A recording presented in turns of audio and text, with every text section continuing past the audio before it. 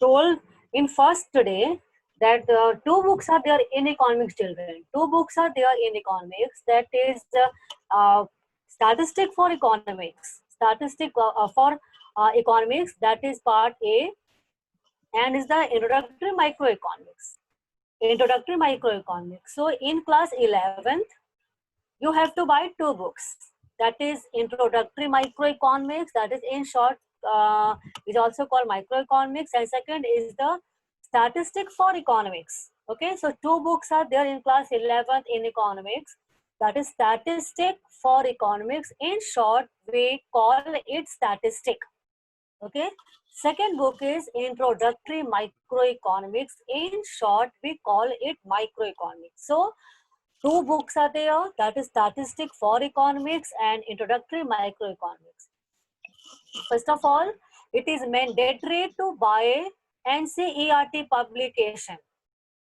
Okay, NCERT is not the name of the book, rather NCERT is the name of publication, and this NCERT publication make two books for economics. दो book issue करता है, दो part इसका है, एक introductory micro economics NCERT का और एक हो गया तुम्हारा स्टैटिस्टिक का. ठीक है, तो दोनों का एनसीईआरटी बुक रखना मैंडेटरी है, but you are free to buy another publication, you know about it. ठीक है, वो तो तुम्हें पता है, तुम जानते हो, तुम्हारी मर्जी, but NCERT is must. So buy NCERT book for introductory microeconomics and for statistics. Okay. Now, if you buy NCERT book, you will get all the content written in NCERT book.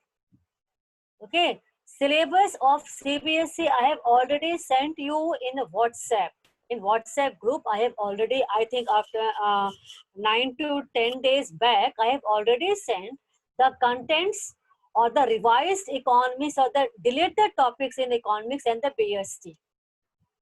Okay, I think today I have sent the deleted topics in business study. Okay, and this have been sent by me already 7 to 8 days back. So already you have got the name of the book, and I have already sent the revised syllabus for economics and for business studies. Okay, today only in the early morning, I have already sent the names of the deleted topics in business study. Okay, and deleted topics in economics, I have sent it already in WhatsApp group. But if you have any queries, you can ask me, because I think several queries are there. If you want to ask any question regarding the name of the book or the content, you can ask me. बोलो, कुछ पूछना है तो बोलो. देखो, we are doing microeconomics. I have not started statistic for economics yet. It will be started when second chapter is completed. After finishing the second chapter of microeconomics, I will come to the statistic. Okay, but right now we are doing the second chapter of introductory microeconomics, that is consumer behavior. In that chapter, we have seen the demand. Okay, but some topics are left. Some topics are left. That is indifference chapter.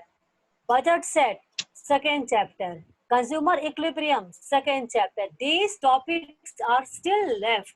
Okay, I have completed only one topic of second chapter, that is demand. And I have told you already that because supply topic of third chapter is similar to the demand, that is why I have started supply topic. ठीक है, demand की तरह ही supply topic भी होता है. Law of demand, law of supply हम लोगों ने पढ़ लिया. Law of exception to the law of demand, exception to the law of supply. Expansion and increase in demand, expansion and increase in supply. Contraction and decrease in demand, contraction and decrease in supply. Price elasticity of demand, price elasticity of supply. So these two topics are given in two separate chapters in microeconomics because demand is similar to the supply. So after completing demand, I jumped over topic supply. क्योंकि दोनों बिल्कुल साथ साथ चलता है, इसीलिए मैंने क्या किया, सेकेंड चैप्टर का डिमांड खत्म करते ही, उसके अभी बहुत सारे टॉपिक्स बाकी हैं, मैं डिमांड खत्म कर in this class immediately after completing this supply. Maybe from tomorrow I will come again on second chapter of consumer behavior.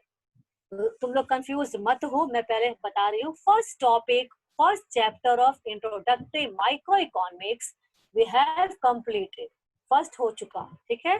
Second में डिमांड पढ़ रहे थे, खत्म हो चुका. मैं थर्ड पर सप्लाई पर आ गई हूँ, लेकिन ये आज खत्म हो जाएगा तो कल मैं वापस जंप कर जाऊंगी सेकंड चैप्टर, ठीक है. Statistic I have not started yet. After completing the second chapter of microeconomics, I will start first chapter of statistics, that is introduction. उसमें भी पहला चैप्टर इंट्रोडक्शन है, ठीक है. और जब तुमने एनसीईआरटी बुक ले लिया या दूसरे पब्लिकेशन की बुक अगर तुम लेना चाहते हो, ले चुके हो, ठीक है, मुझे कुछ करना नहीं है उसमें. अगर तुमने ले लिया तो तुम लोग उसमें देखना फ्रंट पर ही लिखा हुआ होगा चैप्टर का नाम और कंटेंट. चैप्टर का नाम और कंटेंट वो सेम होगा, सही होगा वो. Clear? Okay, ma'am. Yes, ma'am. Okay. हाँ, ठीक है. Now Yes, I am ma'am. starting. हाँ, okay. I am starting the. हाँ. Ma'am, I have one question. May I ask? हाँ, yes.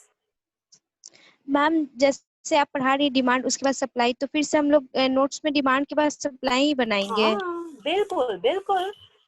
If we have completed the topic Okay, ma'am. supply, you are supposed to complete the topic supply in your fair copy. Okay, because when we come on third chapter, I will not start once again topic supply. I will not Okay. revise that topic. मैं वो फिर शुरू नहीं करूंगी, इसीलिए तो जब मैं पढ़ा चुकी, जब मैं इतना मेहनत कर चुकी, तो फिर मैं थर्ड चैप्टर में जाकर के फिर क्यों शुरू करूंगी उसको. इसलिए तो मैं कर रही हूँ ना कि मेहनत हम लोग का जो होगा वो सफल होगा. 5 types of elasticity of supply is there. 5 types of elasticity of supply is there. I am repeating the meaning of this one again because yesterday very few students were attending the class due to your board results. So I would like to start this topic once again in very short. So listen carefully. Students who are attending the class, please listen carefully because yesterday very few students had attended the class. And yesterday I had started this topic. Today I am starting this topic once again. So listen carefully what is called the price elasticity of supply. Now, according to law of supply, we all know that if price increases, supply also increases. If price decreases, supply also decreases. This is called law of supply. This is called law of supply. So both sides move together. Both sides move together. Price increases, supply of the firm will also increase. When price decreases, supply will also start diminishing. This is called law of supply, children. Okay, this is called law of supply. ठीक है. अब law of supply tells us only one thing. This law of supply tells us only one thing, that supply will change when price changes. Supply will change when price gets changed. Law of supply हमें केवल एक ही बात बताता है कि supply change हो जाता है जब प्राइस चेंज हो जाता है तो, ठीक है. But it never tells us that how much supply gets change due to how much change in price. Supply कितना चेंज हो जाता है प्राइस में चेंज होने के कारण. ध्यान से सुनो. Law of supply tells us only one thing, that is it tells us that if price increases, supply will also increase. If price decreases, supply will also decrease. तो ये दोनों चेंज होता है जब ये चेंज होता है तो. लेकिन ये इस बात पर बिल्कुल साइलेंट रहता है, ठीक है. इस बात पर ये बिल्कुल इसके मुंह पर टेप लगा होता है, इस बात पर ये बिल्कुल साइलेंट रहता है कि सप्लाई कितना चेंज हुआ, चेंज तो हुआ, but how much, by how much supply gets changed due to change in price, by how much supply has decreased due to change in price. तो how much कितना change होता है, how much supply gets changed, कितना change होता है, कौन बताता है, ये बताता है प्राइस इलास्टिसिटी।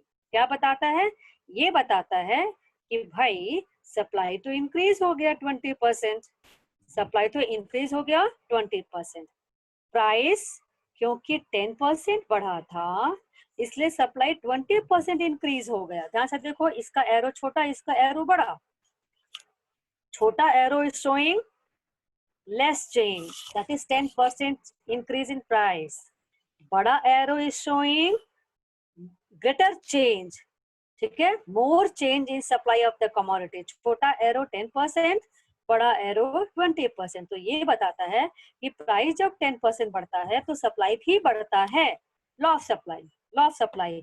लेकिन ये बताता है कि इसके बढ़ने के कारण ये तो बढ़ेगा, but how much, by 20%, okay? So price elasticity of supply tells us the exact change in supply of the commodity due to change in the price of the commodity. This device, elasticity of supply ES, tells us the exact change, that is 20%, 30%, 90%, 100%, exact change in the price, in the supply of the commodity due to change in the price of the commodity।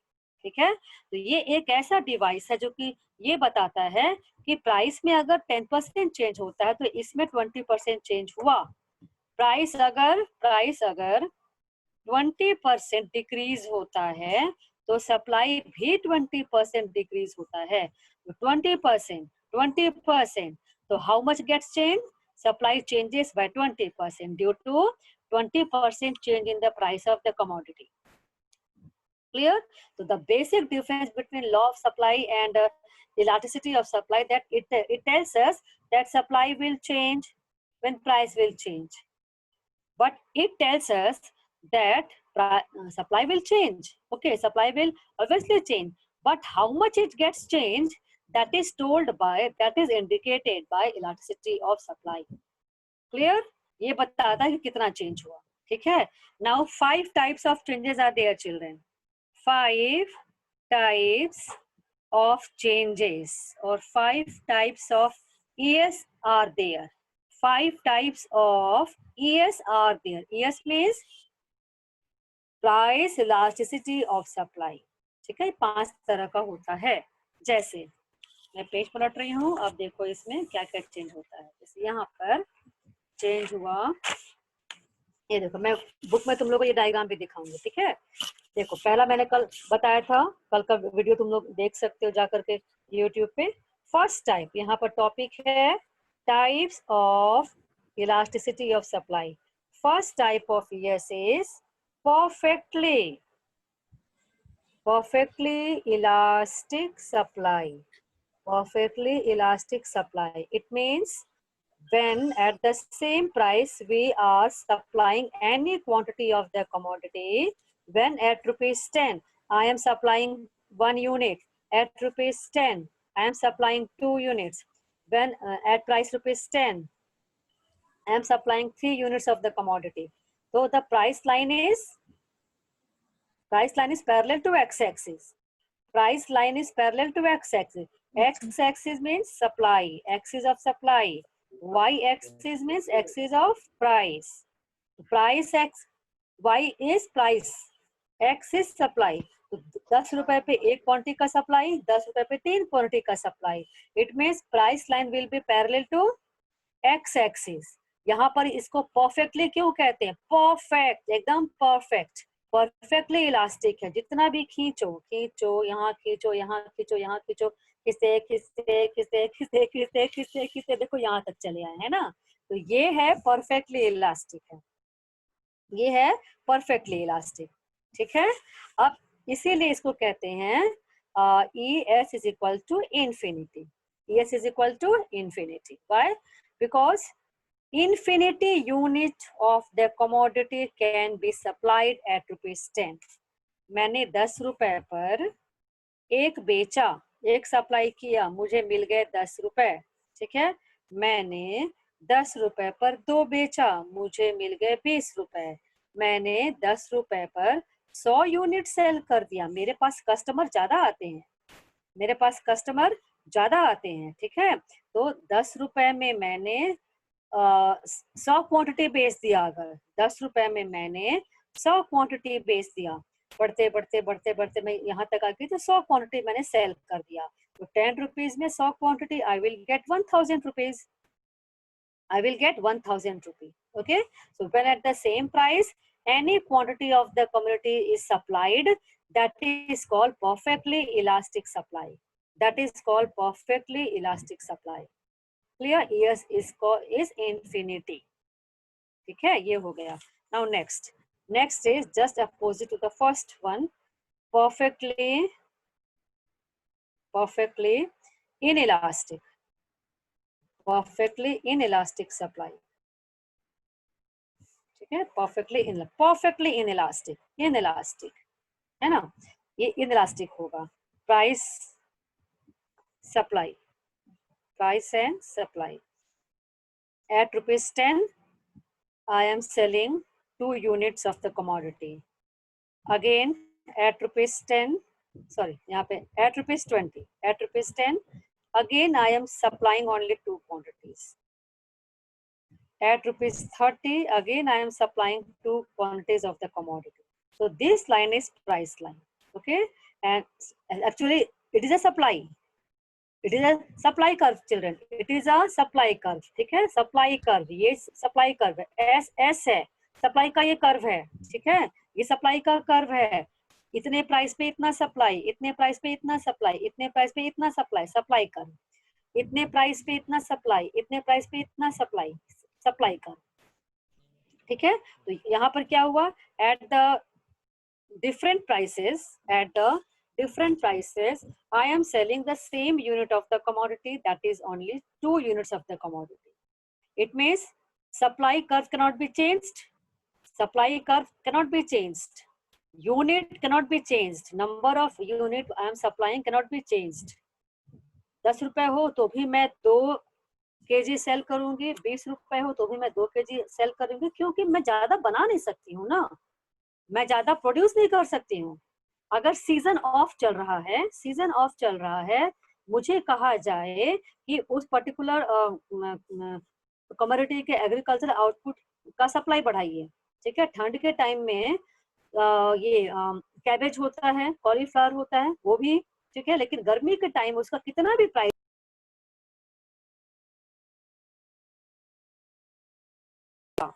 Summer के time जितना भी price बढ़ेगा, farmer cannot increase the supply of cauliflower. They cannot increase the supply of cabbage, because that is the off season during which they cannot produce cabbage or the cauliflower, because these are mainly produced during winter season. So if price increases, farmers cannot increase their supply. Farmers cannot increase the supply. KG गोभी का हो रहा था 10 रुपए पर, फिर 20 रुपए पर 2. भाई कितना भी तुम प्राइस बढ़ाओ, फार्मर थोड़ी ना प्रोडक्शन उसका कम कर पाएगा, क्योंकि फार्मर कंपेल है, फार्मर ग्रो नहीं कर सकता है. ठीक है. भले अब बहुत सारा साइंटिफिक मेथड आ गया है कि हम लोग ऑफ सीजन में भी एग्रीकल्चर करते हैं किसी पर्टिकुलर चीज का एग्रीकल्चर में, लेकिन मेनली ऐसे ही होता है. ठीक है. तो when at the different prices same commodity is supplied, because supplier is not able is the supply, that is called perfectly inelastic. अब इसको हम हिला डुला नहीं सकते हैं, वो कांस्टेंट रहेगा. It will be parallel to y axis. It will be parallel to y axis. So ES is equal to 0. सब elasticity 0 है, elasticity 0 है. It cannot be changed. ये बहुत ढीठ है, ना दाएं जाएगा ना बाएं जाएगा, ना दाएं जाएगा ना बाएं जाएगा. ठीक है. तो ये बिल्कुल ऐसे स्टैंडिंग है. लेकिन ये जो है ये ऐसे है, इस तरह से है, कितना भी खींचो खिंचा जाएगा, छोड़ दो वापस ये खटाक से आकर के यहाँ पर 0 हो जाएगा। ठीक है, ठीक, perfectly elastic, perfectly elastic, perfectly inelastic. ठीक है, now let's see the next. Next is unit elastic. Next is unit elastic supply. Unit elastic supply. ठीक है, इसमें percentage change in quantity supplied is equal to percentage change, delta means change in price. ठीक है, जितना change price में होगा उतना change quantity supplied में होगा, जितना चेंज प्राइस में होगा उतना चेंज क्वांटिटी सप्लाइड में होगा। Formula of elasticity of supply is percentage change in quantity supplied divided by percentage change in price. ठीक है, प्राइस 50% घट गया, सप्लाई भी 50% घट जाएगा। ठीक है, प्राइस और सप्लाई दोनों 50% घट गए, प्राइस घटा 50%, सप्लाई भी घट गया 50%, तो 50% by 50%, answer is 1, so ES will be equal to 1. 1 means unit.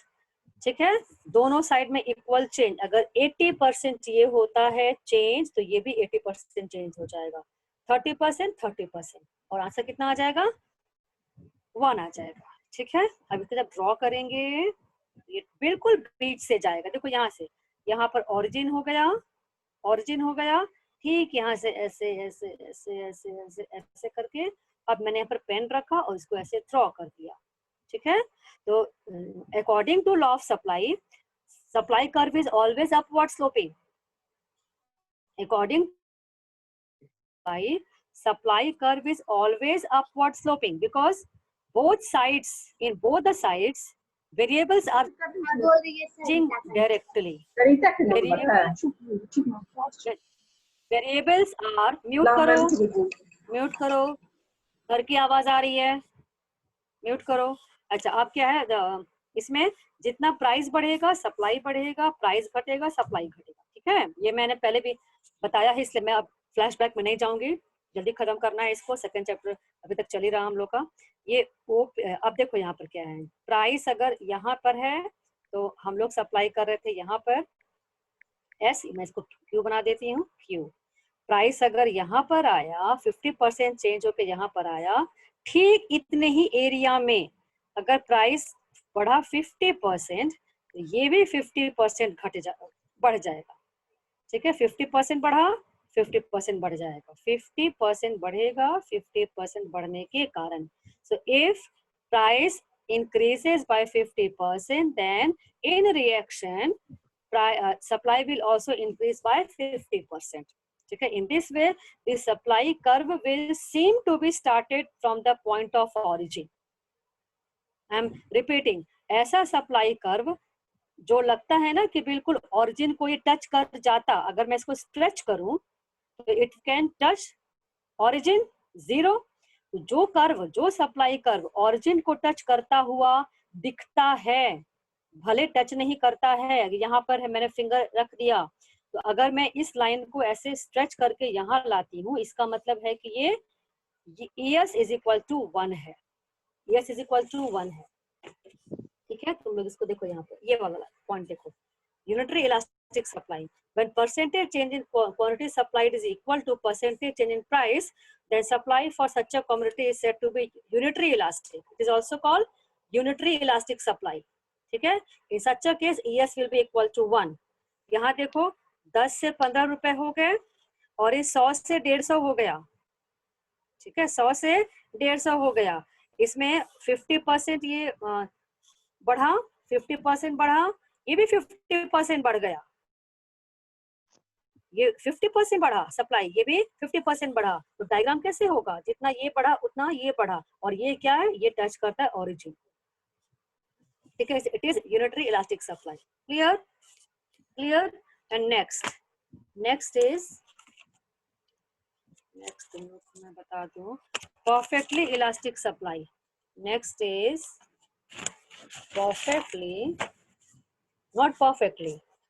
Fourth point is greater than unit elastic supply. Greater than unit elastic supply. Answer will be yes is more than one. More than one.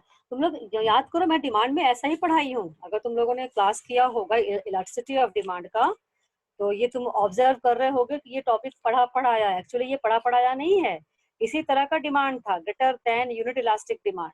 ठीक है, ये उसी तरह का, इसलिए मैंने इसको opt किया था, मैंने शुरू किया था इसको. अब देखो, greater than unit, answer will be more than one. Answer will be more than one कब होगा? जब percentage change in quantity supplied will be more than percentage change in price. ठीक है, इसमें मान लो चेंज हुआ 40% का, ठीक है, और इसमें चेंज हुआ 10% का. तो if we set percentage change in quantity supplied by percentage change in price, तो क्वांटिटी सप्लाइड 40% चेंज हो गया, 40%.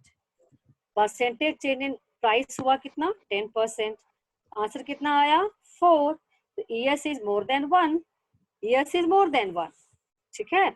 अच्छा, मोर देन 1 का मतलब क्या हुआ? Supply is highly elastic.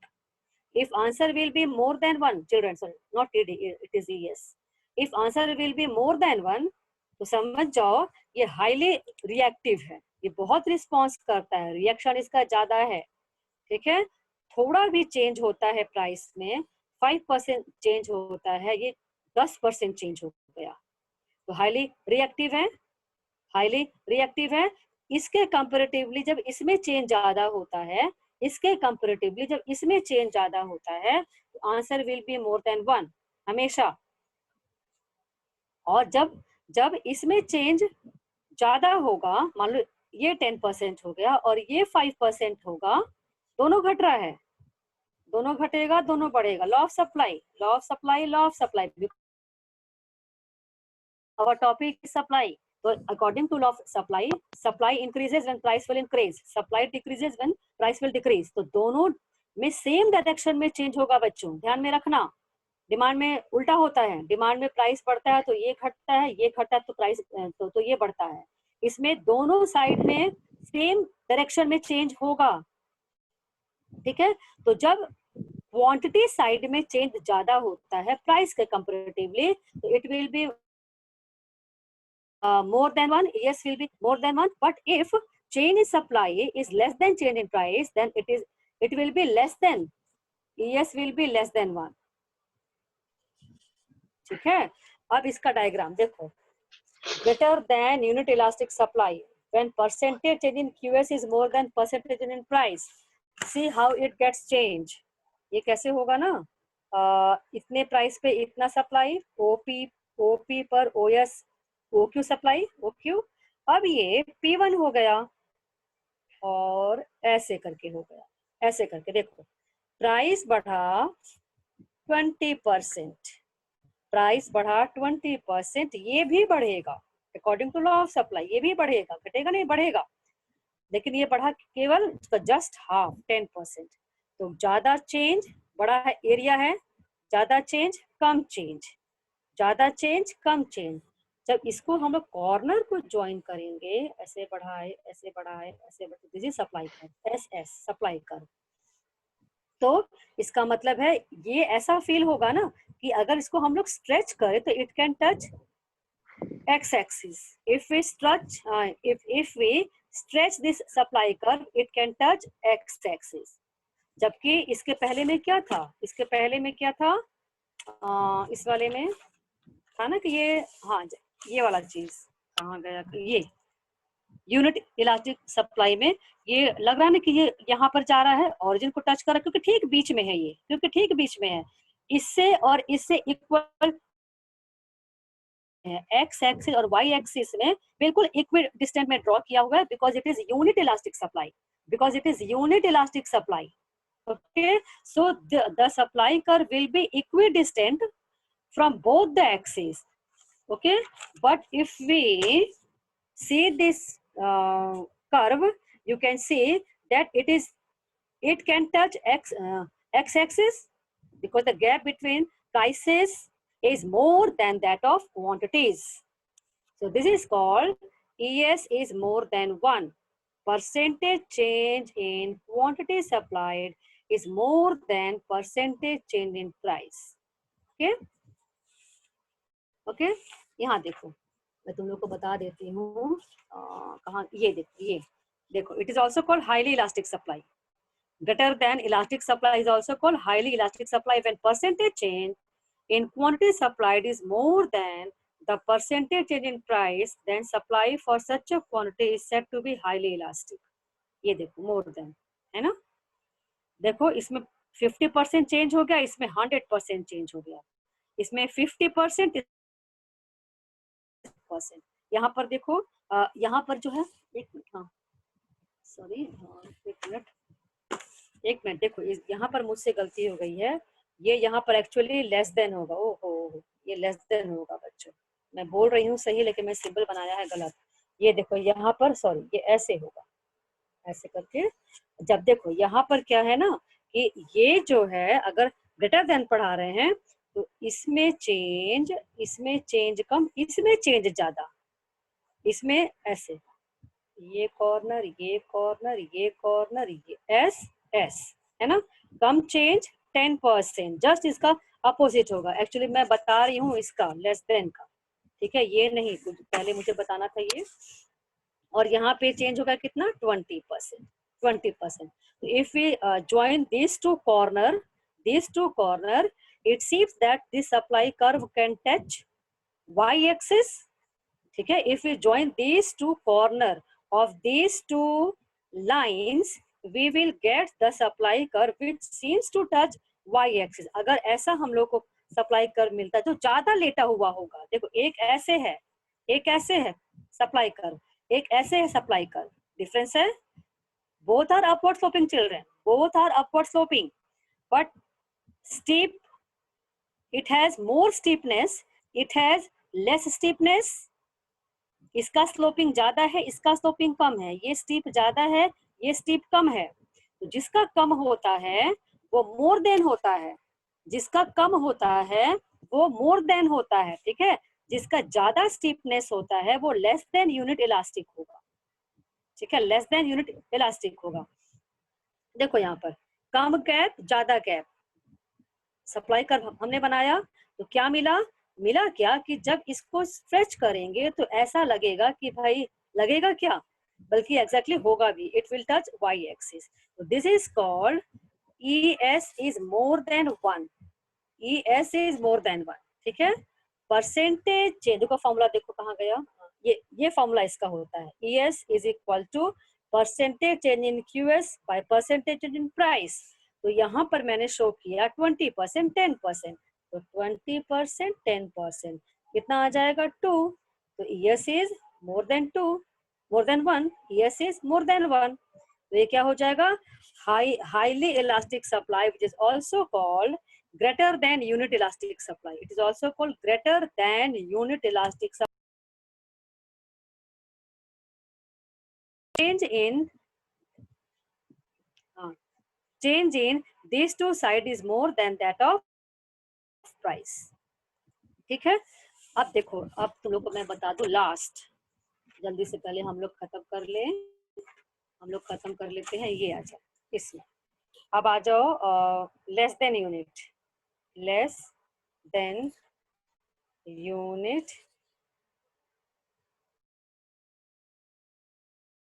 Meeting 1 minute left, than unit elastic supply, ठीक है।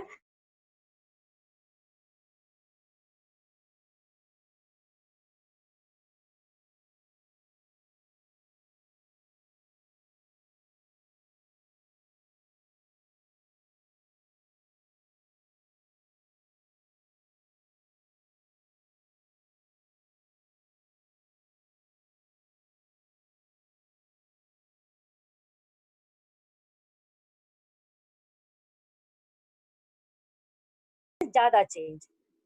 इसमें इसमें हो गया, मैं ड्रॉ कर देती हूँ, पहले ड्रॉ कर दो तब ज्यादा क्लियर होगा।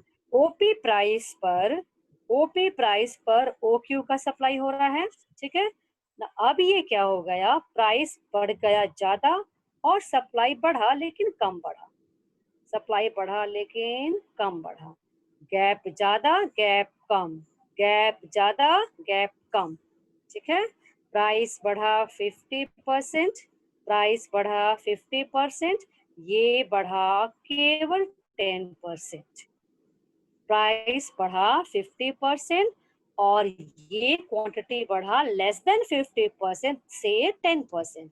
If we join these two corners of price and quantity supplied, we will get supply curve which has more steepness.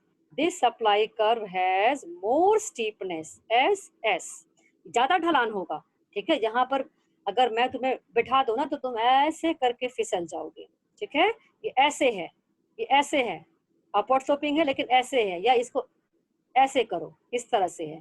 तो क्या हो गया, ES is less than, ES is less than 1. Why less than? Because change in quantity supply is less, change in quantity supply is less than change in price of the commodity, ठीक है। तो अब इसमें 10% यहाँ, 50% यहाँ, ठीक है। 10% बढ़ा सब। If you join these two corner, you will get supply curve which will be having more steepness, ठीक है। तो अब देखो ये है यूनिटरी इलास्टिक, बिल्कुल बीच से गया हुआ, लेस इलास्टिक, एक्स एक्सिस को टच करता हुआ। अब यहाँ आ जाओ, यहाँ आ जाओ,